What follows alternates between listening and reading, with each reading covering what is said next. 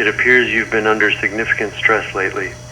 Your decision to stop taking your anxiety and antipsychotic medications without medical supervision was unwise. According to your file, you underwent psychotherapy for dissociative identity disorder from age 14 to 24.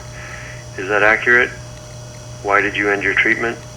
Well, at the time, it was referred to as multiple personality disorder, which in my opinion is a more correct way of describing it. I see. Could you explain why you think that? To be honest, if I had to classify it, I would say it felt more like a form of possession. Possession. That is interesting. Please go on. I felt more like an observer, as if a different spirit could inhabit my mind and direct my actions at any time, controlling my speech and movement. I felt aware but unable to do anything about it, like a prisoner in my own body. So why did you stop going to therapy?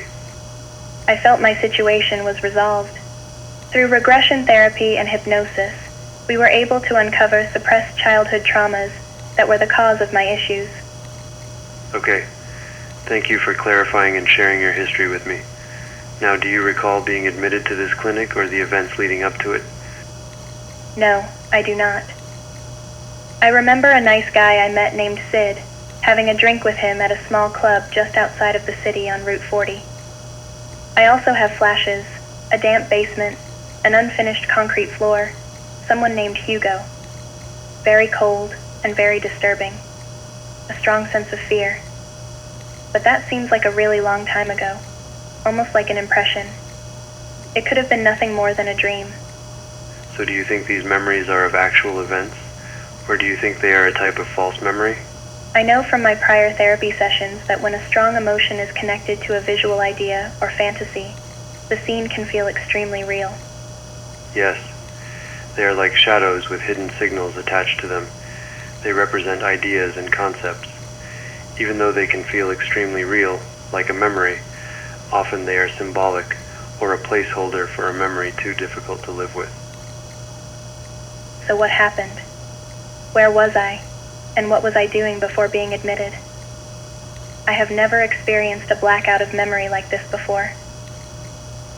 The officers found you at a Super 8 motel outside, partially undressed and sitting at the bottom of a telephone booth. You had checked in earlier that evening and paid in full. The desk clerk confirmed your identity from the police photo. There was surveillance footage of the parking lot. You were talking out loud and very agitated. There did not seem to be anyone else present.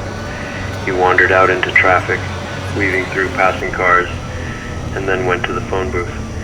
You picked up the phone but did not make a paid call. You stood there just holding the phone to your ear. Do you remember any of this? I don't know what to say. I am having a difficult time believing you. I have no recollection of any of this or anything you are saying. I would really like to speak to my husband. Can you please contact Alex and let him know I am okay and that I need to speak to him?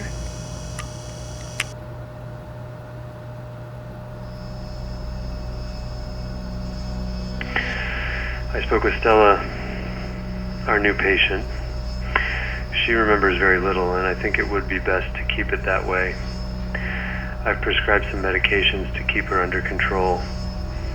Make sure to monitor her closely and inform me immediately if she starts acting erratic or if any recent memories or changes in behavior begin to emerge.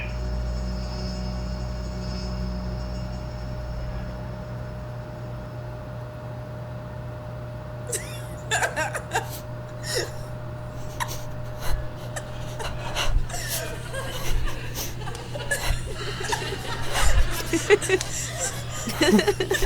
ha.